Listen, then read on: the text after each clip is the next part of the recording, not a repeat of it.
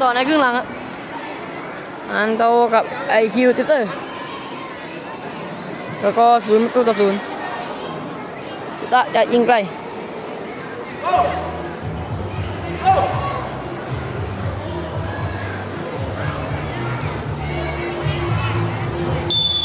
ตะ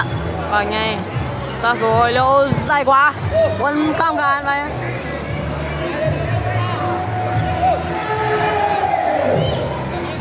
ได้ฟังของไอคิวติเตอร์เด้งขึ้นมาเล่นสั้นๆเบอร์21เบอร์21ปีกอยู่แล้วตะเข้าว่าวแล้วตรงนี้อับบาสแล้วมันก้มแล้วบาสเตะแล้วก็เตะขึ้นมาติดตะแล้วปันยิงไกลติดบล็อกแล้วตะใส่อีกครั้งหนึ่งบอลออกหลังไป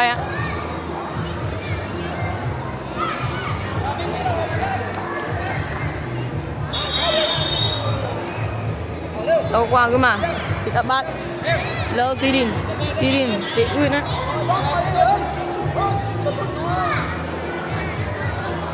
ไปบางวงอายุเตอร์ดู19ตุ้มไปอับบาสดับไม่ได้แล้วน้องปันปิกแล้วตรงนี้โดนกระติกกัดออกไปแล้วน้องบัสอดตะเอาใจให้ปันเบียดกันอยู่โอ้เคลียร์ไปยังไปได้แล้วปันเด็กขึ้นไปบอลออกหลังไป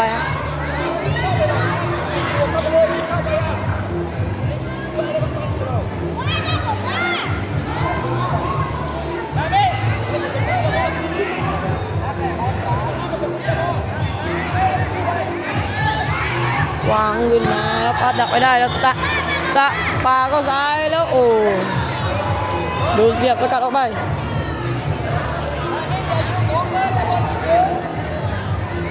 แต่บางวางโน้ตุ้ม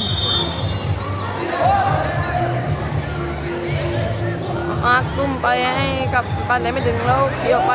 ไม่ได้แล้วอับบาสวนออกตั้งไปคือเป็นเวทของไอคิว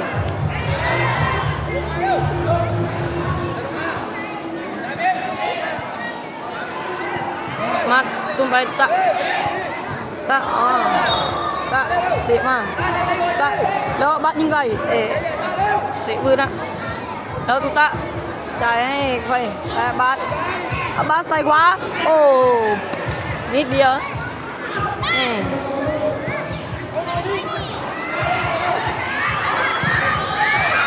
ดูว้าวมาบัดดับไม่ได้มาเตะขึ้นมาตะ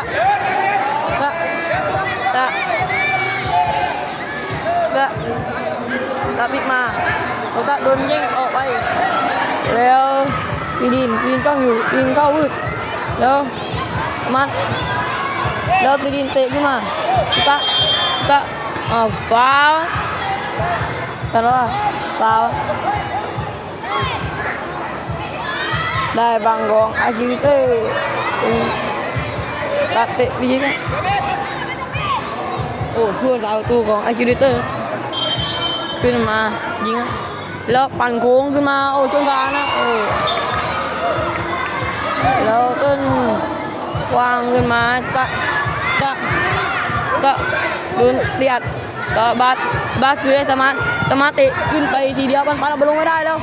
โอ้ไม่ถึงตัวยูเตอร์โด่งขึ้นมาเต้นรับไม่ได้เต้นโด่งขึ้นมาโดนสกัดออกไปบาสได้บางกองอันต่อทุ่มลินตุ้มไปให้กับ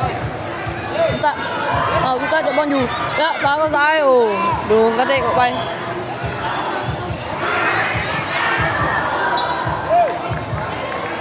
ปันเป็นคนเตะพุ่งมา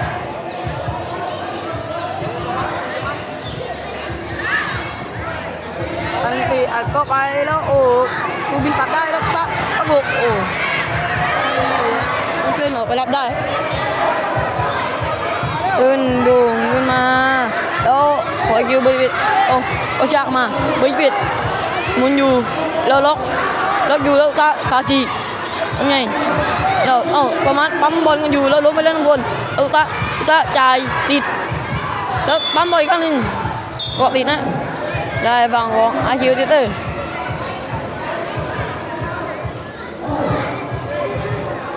ลงไปให้เบย์บิดแล้วบัสไปดักบอลมาได้แล้วบัสจ่ายให้ปันหลุดเดียวแล้วใส่ตัวไม่ได้กูโด่งขึ้นมาบอลลงไว้ได้แล้วตัวให้เบย์บิดแล้วติดขึ้นไปแล้วก็เบอร์19ก็กัดออกไปได้ฝั่งของอันตทุ่มมาตุ้มไปกับบัสเรากลางไปสมาร์ทตุ้มไปกับบัฟเหมือนเดิมดูไปเรายิงใครโดนเสียไม่ได้โด่งขึ้นมาแล้วมงออกกลางไปได้ฝั่งของอันเดาทุ่มขึ้นมาแล้วอาบัสวิดอยู่บนออกกลางได้ฝั่งของอันเดาทุ่มมาตุ้มไปให้กับบัสติดขึ้นมาโดนสกัดขึ้นมา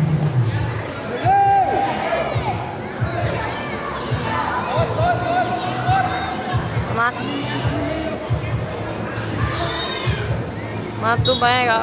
บัสเตะยักติดครั้งหนึ่ง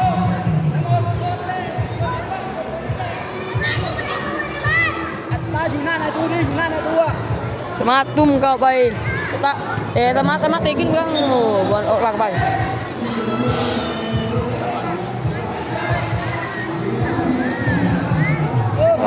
ดูก่อนคือกว้างขึ้นมาแล้วซีดิงเคี้ยวไปแล้วได้เบอร์ไป13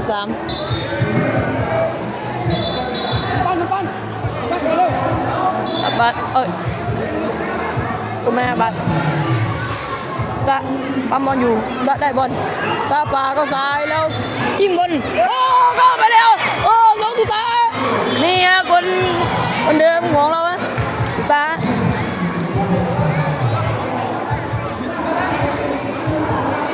อย่างโหดนะเรานำอาคิวเตอร์1-0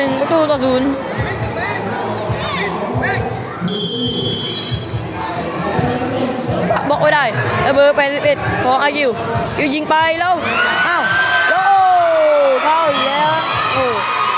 ดีใจแค่1 นาทีอะ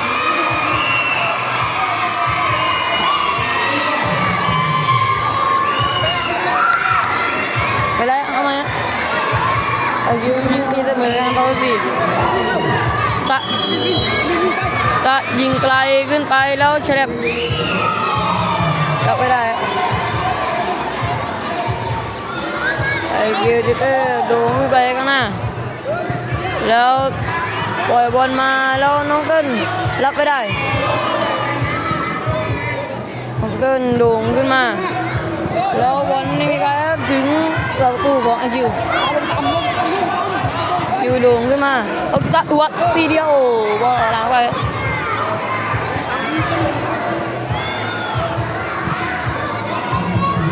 มันดูเดือดจริงๆ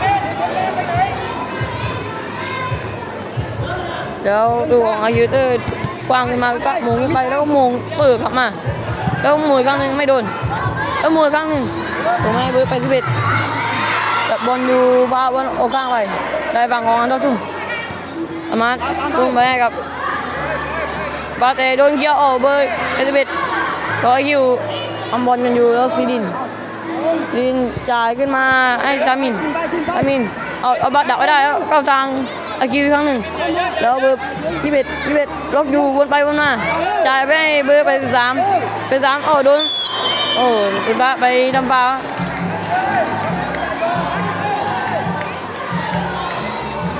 ได้ฝั่งของอาคิวยิงดีจริง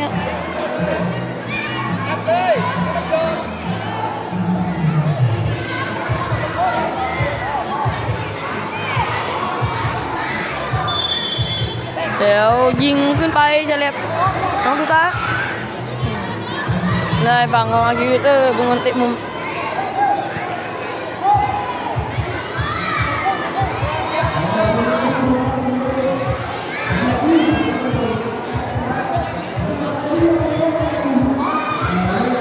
ตะขึ้นไปโอ้ยเราลงตีนเกี่ยวขึ้นมาเราลงอุตา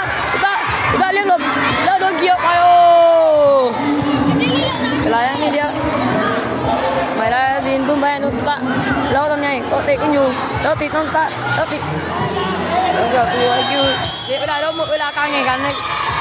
ช่วงเวลาหลังโตเสมอไอคิวดิเตอร์1-1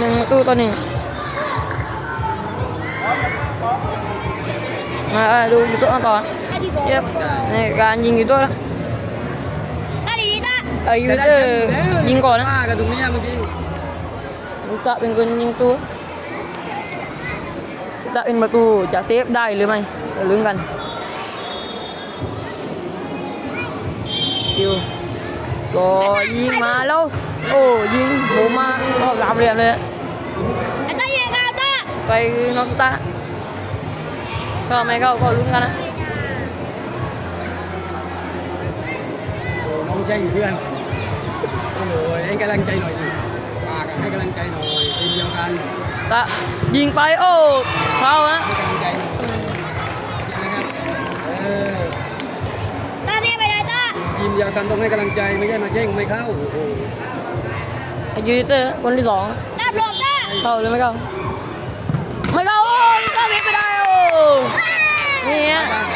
โอ้ตาคนนี้คนเดิมนะ นะไม่น่าจะได้เฉียมแต้มดาวกับเงสเวสเปด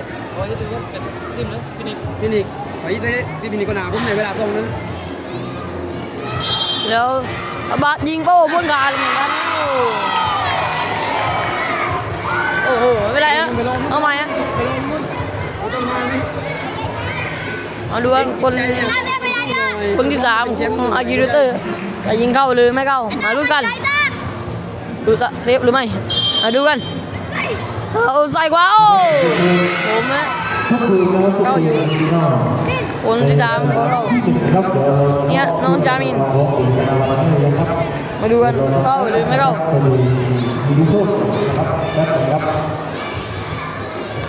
เข้าไม่เข้าโชว์มัก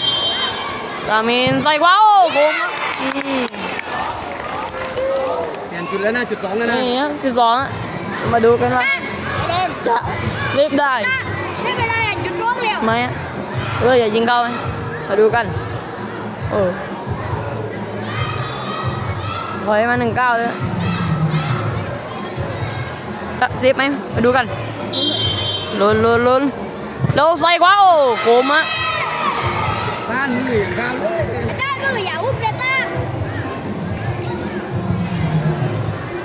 มันใจได้จ้ะ เนี่ยไปลุ้นว่ายิงเข้าหรือไม่เข้ายักษ์อะไรก็เดิมไหมลุ้นหรือไม่ลุ้นแล้วใส่ขวาโอ้โดนเซฟไม่ได้หมดเวลาการแข่งขันนะเราแพ้ยูทูบอายุทูบเตอร์4-3